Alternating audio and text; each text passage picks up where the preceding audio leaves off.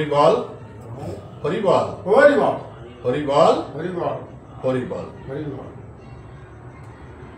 প্রণাম জানাই আমার পিতামাতার শ্রী যুগল চরণে, যাদের অশেষ করুণায় আমি এই হরিনাম করতে পারছি।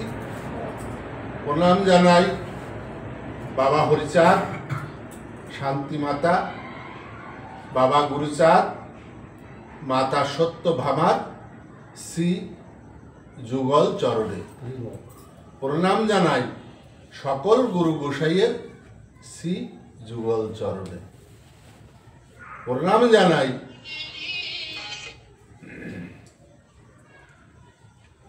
যেখানে যত হরি ভক্ত আছেন, যারা আমাদের এই ঠাকুরের অনুষ্ঠান দেখছেন, তাদের শ্রী যুগল চরণে এই বই পাঠ করাকালীন যদি কোনো ভুল ত্রুটি হয় নিজ গুণে ক্ষমা করে দেবেন। আর আমাদের একটু আশীর্বাদ করবেন। আমরা যারা এখানে আছি এই ঠাকুরের পাঠ অনুষ্ঠানে, সবাই যেন যতদিন বেঁচে থাকে এই ঠাকুরের নাম গানের ভিতর থেকে ঠাকুরের নাম সংকীর্তন করে যেতে পারে। হরিবল হরিবল হরিবল জয় হরিবল হরিবল হরিবল হরিবল। হরিবল।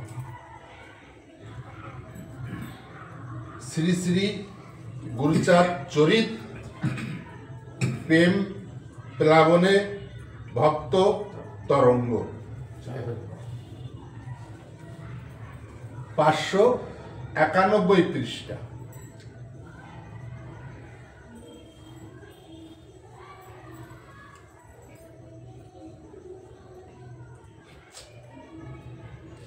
দিগ্রাজবাসী সাধু অভয় চরণ, যার জ্যেষ্ঠ ভ্রাতা ছিল ধনী নিবারণ। নিবারণ শ্রী অভয় শিরাই চরণ, দিগ্রাজবাসীরা ভাই তিনজন। রসক সাধক বটে অভয় চরণ, সুললিত গান কত করেছে রসন।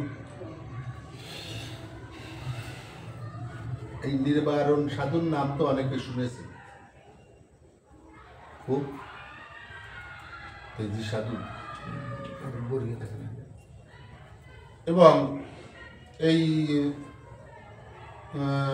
গুরুচাঁদ চরিতে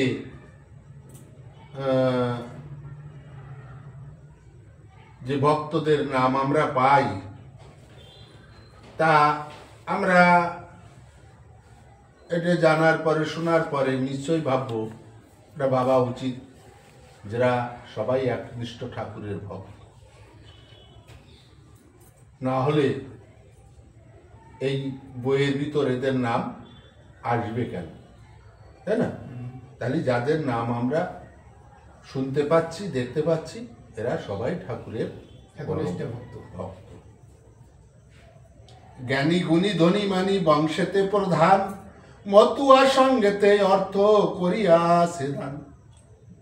পূর্ণ সাধু রায় অভয় অভয় চরণ, তিনজনে একসঙ্গে করিত ভ্রমণ।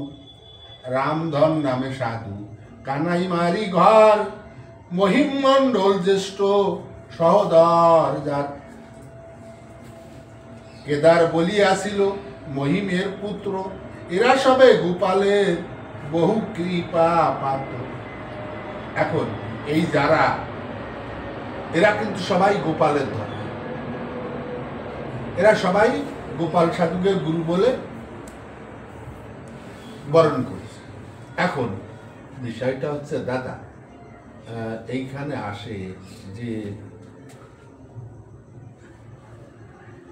আপনি একজন ভক্ত, আর এ একজন আমার শিষ্য, আমাকে গুরু বরণ করেছে, আমাকে আত্মসমর্পণ করেছে আমার, তাই তো? তাহলে আপনি ভক্ত হিসাবে যতটা আপনাকে জানাবো তার থেকে অধিক অংশ বেশি কিন্তু একে জানাবো, কারণ কৃপা করব, দয়া করব, অধিকাংশ বেশি, কারণ ও আমার শরণাগত হয়েছে। ওই জন্যই গুরু না করলে আসল তত্ত্ব পাওয়া যায় না। আসল তত্ত্ব গুরু বলে না। গুরু বলে কাদের? যারা ওই গুরুর প্রতি শরণাপন্ন হয় তাদের বলে, তাদের দয়া করে। তাই এই যাদের নাম বললাম এরা সবাই গোপাল চাঁদের পায়ে আত্মসমর্পণ করেছে। তাই গোপাল চাঁদের দয়া এদের প্রতি হয়েছে।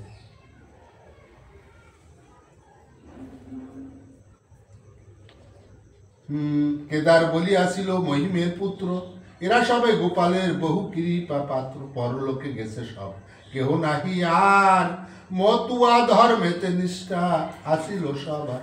কানাই মল্লিক মৌলিক নামে হলদি বুনিয়া মতুয়া হইল তিনি, নামে তেমাতিয়া দেবী সাদের শিষ্য ছিল সেই জন। নরদেহে বেসে তিনি নাহিকা এখন। এখন এই যে হলদি বুনিয়ায় হলদি বুনিয়া মতুয়া ইনি হচ্ছে দেবী চাঁদের শিষ্য, কিন্তু এই কানাই মল্লিক এখন আর বেঁচে নেই। এই দেবী চাঁদ হচ্ছে যে গোপাল চাঁদকে ওরাকান্দি নিয়ে গেছিল গুরুচাঁদ ঠাকুরের কাছে। এখানে গুরুচাঁদ ঠাকুর গোপালকে বলেছিল, গোপাল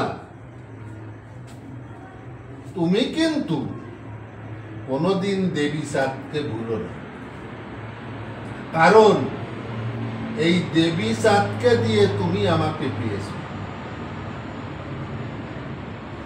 তাহলে আমার থেকে কোনো অংশে দেবী চাঁদ কিন্তু তোমার কাছে কম নয়।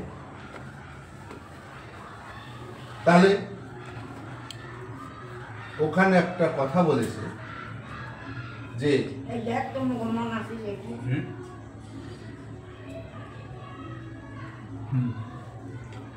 মরার থেকে ধরা কবু বড় নয়, ধরার থেকে মরা বড়। তাহলে আমি একজন গোসাই, তাই না? এ আমাকে ধরেছে, আমি ধরে নিয়ে কোথায় দিচ্ছি? মরার জায়গায়। মরার জায়গাটা কোথা? গুরু চাঁদ ঠাকুর, চাঁদ ঠাকুরের পায়ে। তাহলে ধরার থেকে মরা কোনোদিন ছোট হয়নি, মরা বড় হয়, তাই না? তাহলে গুরুর কাজ কি? ওই যে ওখানে বলেছে গু বলতে চিত্ত গুহ, তাই না? গু বলতে দুটি অক্ষর হয়, রু বলতে রবি হৃদয় হলে আর আধার থাকে। তা গু চিত্ত গুহর মধ্যে অন্ধকার, তাই না? রু রবি, রু শব্দের অর্থ সূর্য, রবি। তা সূর্য তো অন্ধকার না, হ্যাঁ, আলো।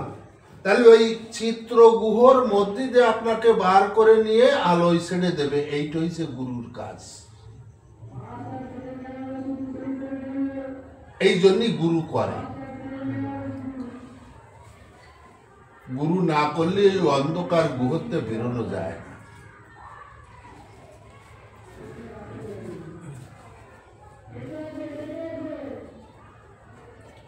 রমজাইপুর গ্রাম, রামপাল থানা, খুলনা জেলার মধ্যে রয়েছে নিশানা। বিখ্যাত তা পালি বংশ, জানে সর্বজন, সেই বংশে জন্মিলেন সাধু পঞ্চানন। পিতা তার জানি নাম শ্রী দুর্গাচরণ, খুলল তার সাধু ভক্ত সেই গুরুচরণ। পরম তেজস্বী ছিল সেই গুরুচরণ, তার ভয়ে কম্পমান ছিল সর্বজন। কি নাম আনিল দেশে সাধুজি গোপাল, ইতি উতি সব কিছু গেল রসাতল। এই কথার অর্থ হচ্ছে এই যে গোপাল সাধু কি নাম নিয়ে এলো, এই নামের গুণে চোর ডাকাত বদমাইশ সব ওই নামে ভেসে গেল। ওই যে একটা গান, আপনারা গান না, হরি নামের প্রেম বন্যায় সব ভেসে গেল। হ্যাঁ, তাহলে এই হরি নামের প্রেম বন্যা গোপাল এনেছে, সেই বন্যায় সব ধুয়ে মুছে রসাতলে গেছে। ওই সমস্ত কুকর্ম, খারাপ কাজ যারা করতো, অসৎ সঙ্গে চলতো, তারা আর সেই দিকে নাই। তারা এখন ওই নামে সব ডুবে গেছে, হরি নামে। তাই বলছে রসাতলের কথা, মানে পূর্বে যা ছিল তার নাই, সব রসাতলে গেছে। তাই বলছে কি নাম আনিল দেশে সাধুজি গোপাল, ইতি উতি সব কিছু গেল রসাতল। গোপালের পদে পড়ে সে গুরু চরণ, দয়া করি শ্রী গোপাল করিল গ্রহণ। তাহলে এখানে কি বলছে, পরম তেজস্বী ছিল সে গুরুচরণ, তার ভয়ে কম্পমান ছিল সর্বজন। মানে ওই গুরুচরণ এত বড় দস্যু লোক ছিল, তার ভয়ে সব লোক কাঁপত। তাই এখানে কি বলছে, গোপালের পদে পড়ে সে গুরুচরণ, দয়া করি শ্রী গোপাল করিল গ্রহণ।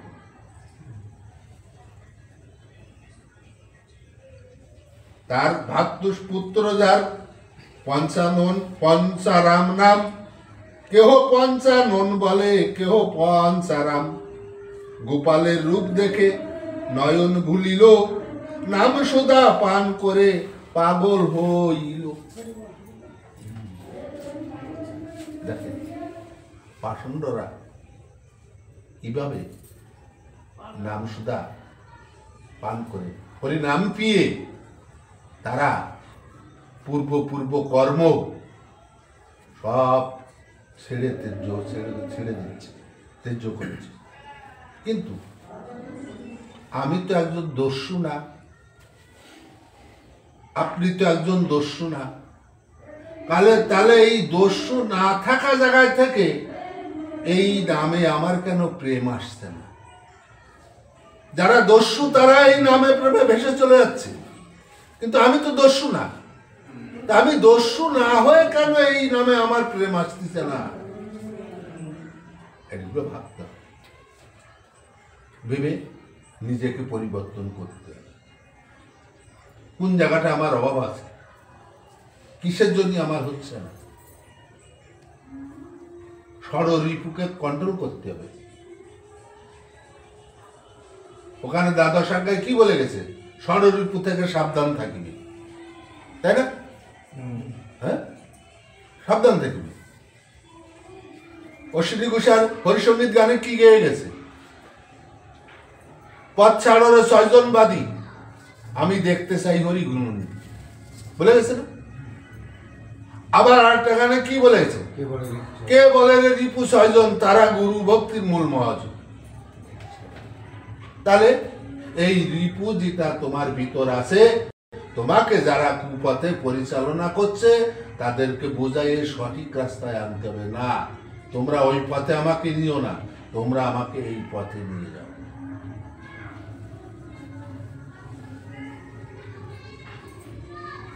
তাহলে আমাদের এই নামে প্রেমে মন মজবে, ভাব আসবে। পাগল পাগল বলে ওঠে কলরব, কি জানো পেয়েছে পঞ্চা অতুল হরিবল হরিবল হরিবল হরিবল। আজকে এই পর্যন্ত সমাপ্ত।